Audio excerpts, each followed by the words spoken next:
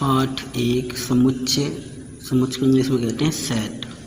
कक्षा 11 गणित। समुच्चय वस्तुओं का सुपरिभाषित संग्रह समुच्चय कहलाता है। इसे अंग्रेजी वर्णमाला के बड़े अक्षरों ABCZ से प्रदर्शित किया जाता है। सुपरिभाषित संगठन जैसे आप कहते हैं टी सेट में क्या आता है आपका केतली, काफ और प्लेट आती है। ये कुछ निश्चित चीज़ उसमें होती है, ऐसा नहीं है कि उसमें आप अन्य कोई वस्तु जोड़ दें। ठीक है, तो ये होते हैं आपके सुपरिभाषित संगठन या आपके संग्रह। समुच्चय के अवयव। किसी समुच्चय में संग्रहित प्रत्येक वस्तु उस समुच्चय का अवयव अथवा सदस्य कहलाती है। जैसे टी सेट में क्या आता है, अभी आपका प्लेट आती है, तो प्लेट क्या होगी, टी सेट की आपकी आयु की चाय के समुच्चय की क्या हो गई, अवयव हो गई या सदस्य हो गई। अवयवों को अंग्रेजी वर्णमाला के छोटे अक्षरों ABCZ से प्रदर्शित किया जाता है। नोट: समुच्चय में किसी अवयव की उपस्थिति को दर्शाने के लिए यूनानी प्रतीक ईटा का प्रयोग किया जाता है। ईटा, इसका मतलब होता है ई का मतलब होता है अवयव है। इसका होता है ई नॉट का मतलब होता है अवयव नहीं है। समुच्चय का निरूपण। समुच्चय निरूपण की 2 विधियां हैं, यानी कि समुच्चय को लिखने की आपकी 2 विधियां हैं। नंबर 1 तालिका विधि अथवा सूची विधि अथवा रोस्टर विधि।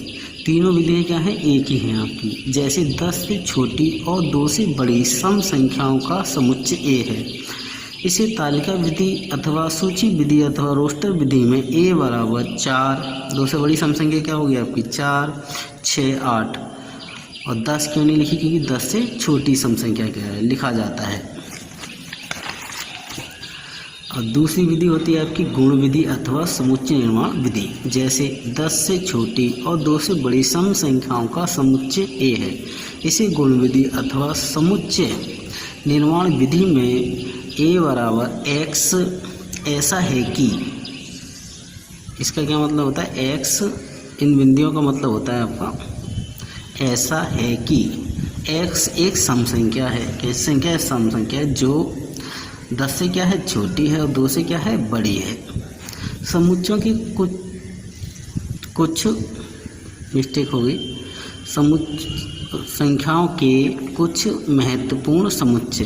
धन पूर्णांक या प्राकृतिक संख्याओं का समुच्चय, इसे किससे प्रदर्शित करेंगे, आपका I प्लस Z प्लस या N से 1 2 3 4 ... अनंत तक।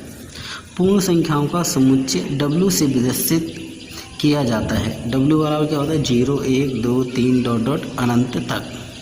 तीसरा क्या होता है आपका ऋण पूर्णांकों का समुच्चय, इसे किससे प्रदर्शित करते हैं, -I या ZI। क्या होता है -1 -2 -3 ... अनंत तक।